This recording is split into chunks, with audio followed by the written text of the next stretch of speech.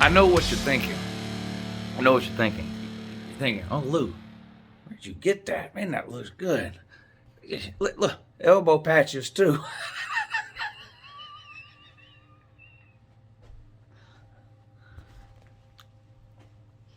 All right. Georgia versus Missouri. Hype and hate video. This isn't going to be very long. I'm getting tired. Well, tired's not the right word. I think I did a 30-minute hype and hate video for Vandy. Why? UAB, Florida, South Carolina, Auburn, Kentucky. I mean, these 30 and 40-minute long videos where I state the obvious over and over again, which is that Georgia's about to win. There's nothing the opponent can do about it. It's not going to be a close game. Georgia's going to absolutely dominate. Blah, blah, blah. I mean, it's not that I'm tired of doing it, but I'm seriously starting to ask myself, what is the point exactly? I mean, look, there's plenty of things I can say about Missouri. You want to start with the good things? Okay, it's only the second worst Columbia in the SEC. Columbia, Missouri, thank God we don't have to go there this year. The game's in Athens. But, I mean, Missouri, is it, well, first of all, is it Missouri or is it Missouri? Missouri. I don't know how people from there, Missouri. Missouri. Misery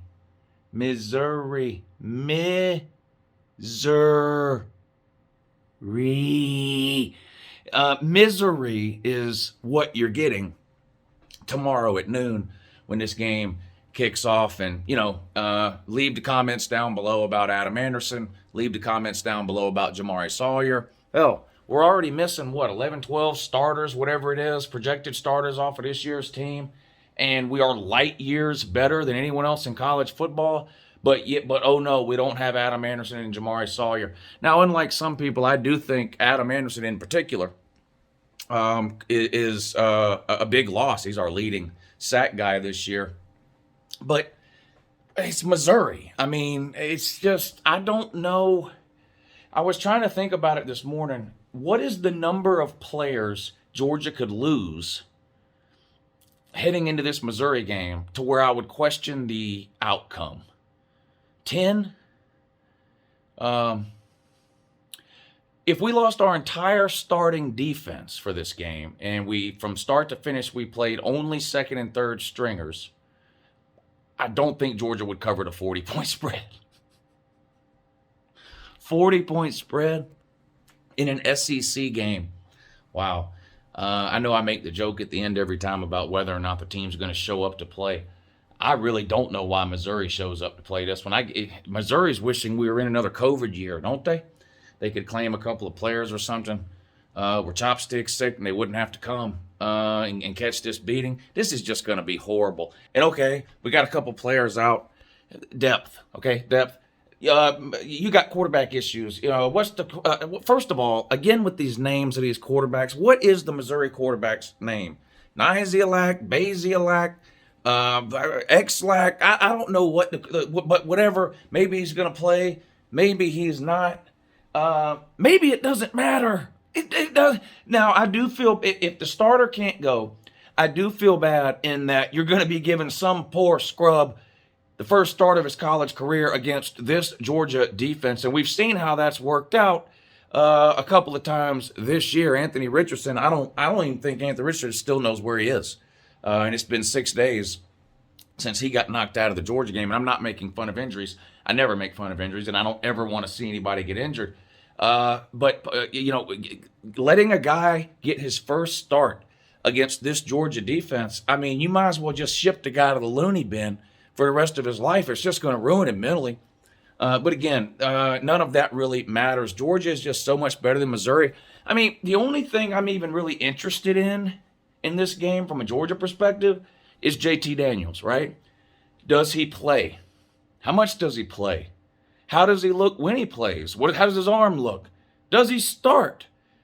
Because I will say this, if I don't see JT Daniels in this game against Missouri, which is basically, it's almost like a preseason game for Georgia. It's like a preseason game towards the end of the season. It's weird.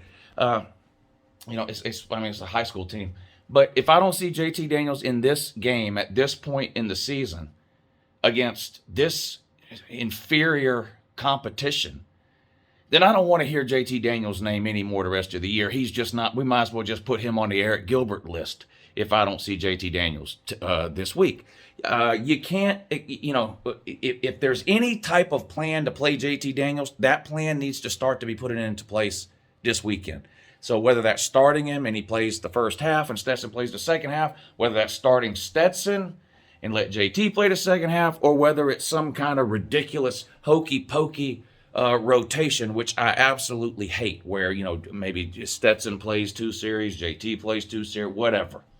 I'm willing to even overlook the total ridiculousness and chicanery that is the QB hokey-pokey, just for an opportunity to see JT Daniels get back on the field. I don't know if that's going to happen. I mean, I think it is, but I thought it was going to happen last week against Florida. So who knows? And you can't get any information out of Kirby when it comes to the QBs. And besides that, anything he does tell you about the QBs, of course, you can't believe. The guy's a known liar when it comes to QBs. I just don't believe anything. And I love Kirby Smart. I'm not bashing Kirby Smart. And I'm sure he has a reason for treating his QB situation like it's nuclear launch codes or something and has to be held top secret, classified. But anyway, so that's really the only point, reason, purpose that I'm even looking forward to watching this game at all tomorrow is will there be a JT Daniels sighting?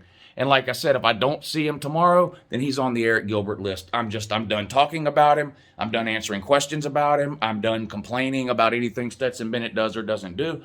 You got 4 games left in the regular season. Then you got an SEC championship game, and then you got hopefully 2 playoff games. If I don't see JT Daniels at this point in the season, then it's too late for him. Just forget about him. As far as I'm concerned, Brock Vanderbilt can be QB2 from here on out. But these injuries at Georgia are ridiculous, man. Ridiculous. The recovery time for injuries at Georgia is at least twice what it is anywhere else. It's hard to explain. They're saying now that Dominic Blaylock probably won't play till at the earliest the SEC title game. That'll be 2 full calendar years this guy ain't stepped on a football field. It boggles the mind. It boggles the mind. Arian Smith is, every week Arian Smith's closer to this and closer to that. You don't see him. George Pickens, same thing. You probably never see him. Kendall Milton, good luck. I don't know what to tell you, Kendall Milton. You got a knee sprain. What is that, a 3 or 4 week recovery time? You'll probably be back 2023 sometime. I mean, these injuries at UGA, never mind the amount of them, which is ridiculous, the amount of injuries. The amount to heal from these injuries at UGA, it's like time slows down for injured players at UGA. It's the weirdest thing. It seems like an ingrown toenail would be like a 6-month recovery time for a UGA player. So I pretty much resigned myself to the fact that the Georgia team that I saw against Florida is probably going to be the Georgia team I see for the rest of the year. And if anyone else that didn't play in that game happens to play at some point later this season, then I'm just going to consider that an added bonus. But I'm done trying to figure out, when is this guy coming back? When is that guy coming back? No, never. None of them are ever coming back, period.